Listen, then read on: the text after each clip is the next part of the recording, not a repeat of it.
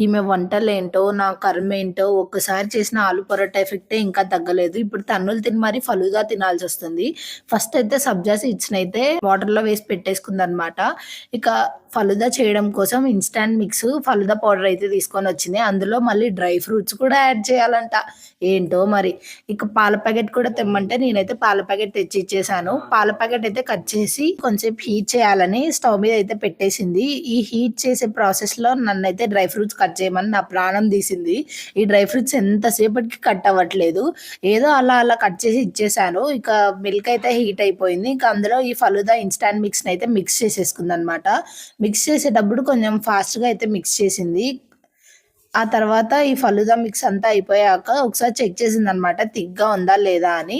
ఇక చల్లగా అవ్వాలని ఫ్రిడ్జ్‌లో అయితే పెట్టిందనమాట. ఇది తిన్న తర్వాత నా పరిస్థితి ఎలా ఉందని నెక్స్ట్ వీడియోలో అప్‌లోడ్ చేస్తాను. ఛానెల్‌ని సబ్స్క్రైబ్ చేసుకొని వీడియో అయితే లైక్ చేసి వీడియో కోసం వెయిట్ చేయండి.